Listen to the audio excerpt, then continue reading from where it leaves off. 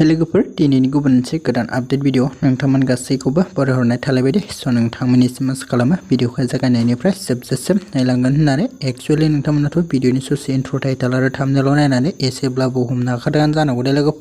लोगोफोर नोंथांमोनाथ' बिरगोस्रि आबुं मिउजिक भिडिअखौहाय थांनाय बोसोरावहाय बयबो नायखादों एबा नुखादोंआनो दे लोगोफोर ओमफ्राय लोगोफोर जाहा दायो बिरगोस्रि 2 मोनसे मिउजिक भिडिअ फैनो थांगासिनो दङ दे लोगोफोर जाय मिउजिक भिडिअहायनो गाहायै फाव खालामनायखौ नुनो मोन्दों